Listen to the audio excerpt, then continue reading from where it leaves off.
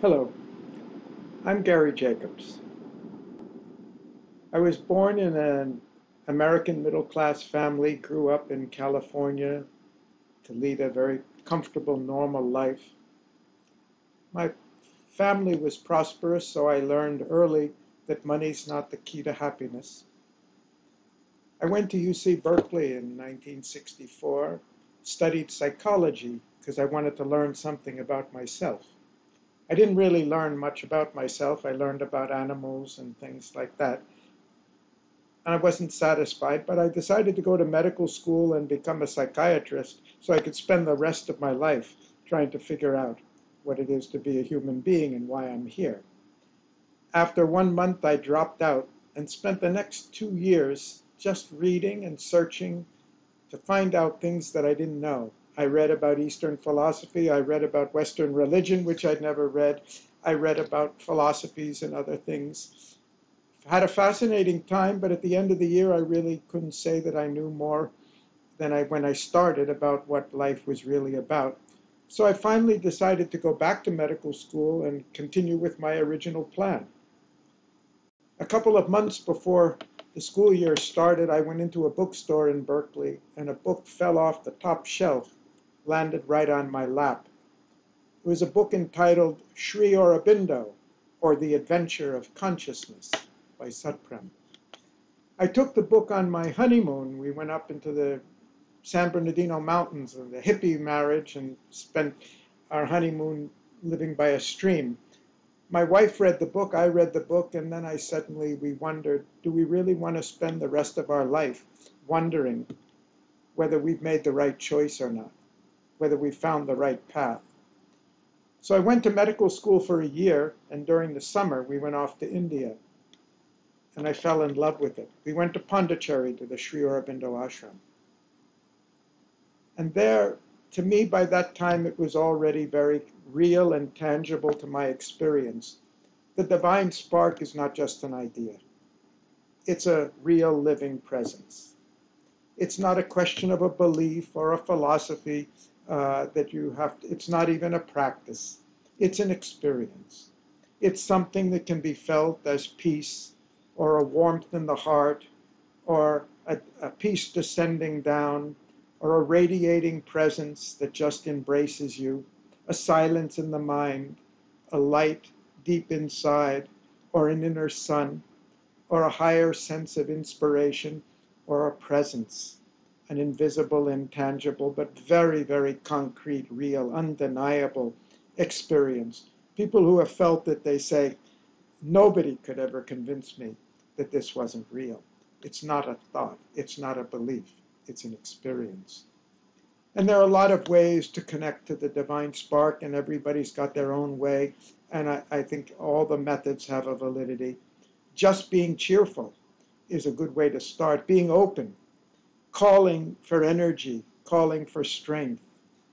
Being open and feeling the peace that descends from above. Meditation. Imagining a sun inside. All the methods are good if they work for you. The last 50 years have been a great adventure for me. I became the author of 2 management books, though I've never worked in a corporation. I became a consultant to government and to businesses in different countries all over the world, even some very large companies. I co-founded an international commission on peace and development. 25 years ago, I was elected fellow of a very distinguished organization called the World Academy of Art and Science, founded by people like Albert Einstein and Bertrand Russell, though I didn't have higher educational degrees. And recently, I've become the president of the Academy. And all the time I've spent now working on trying to understand the world we live in and what's going on, and how to address the challenges we face working with the United Nations and other organizations, working on a new paradigm in education that really brings out the humanness, the individuality, the uniqueness in us, on new ways or different ways of thinking that make us more original, creative, and help us develop our real individuality. And the real value of being an individual who's not just one of the crowd or agrees or looks, behaves like other people, but really is trying to search for the truth of our own being. And I've learned a lot of wonderful things in the process, learned from my experience. One is that real aspirations are always fulfilled. My deepest aspirations have always been fulfilled, even when I didn't even know what they were, and I didn't even think that they could be fulfilled. That's what brought me on my path. My path found me. I didn't find it. I found, don't rely on the mind's externalized way of seeing things, because our minds are conditioned to see things in particular ways. They're more instruments of ignorance than anything else. And it's better not to take the superficial appearances of life, even during challenging times like this, when we've got a COVID epidemic and we've got the democracy in retreat, my own country in chaos. Things are not exactly what they appear to be. I've learned from great experience that everything happens for a reason. And that reason is simple.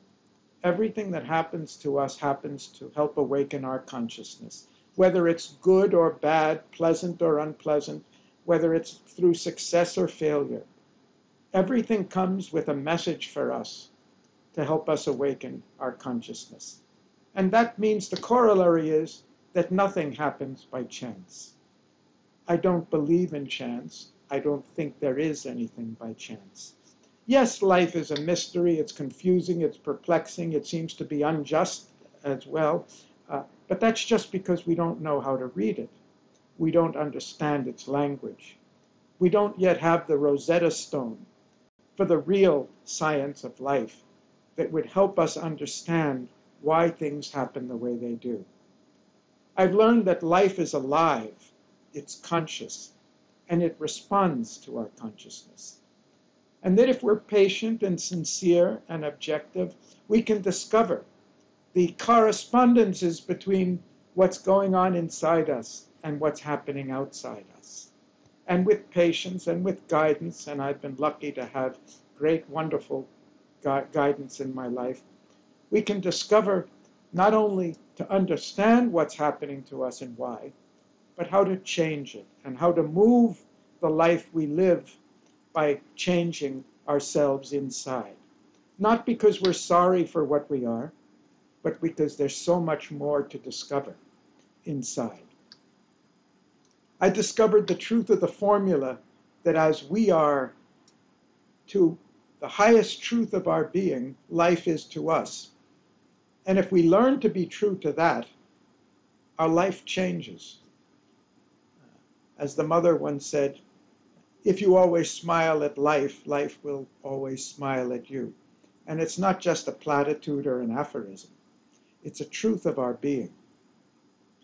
When we learn to move from the outer to the inner and live more and more inside.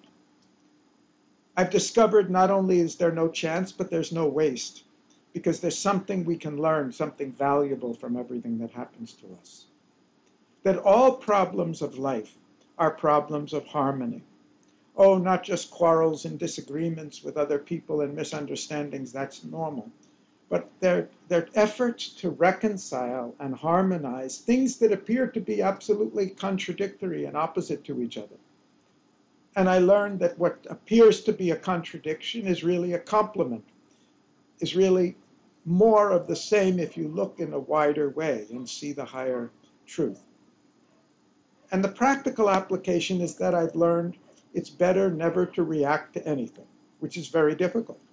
It's better nothing should upset us, because reaction only aggravates and magnifies whatever difficulties come. And the truth is, when we go deep inside, behind those reactions, which are all from the ego, when we go deep inside, we find there's a power to handle anything that comes to us. There's an inner mastery that can handle it.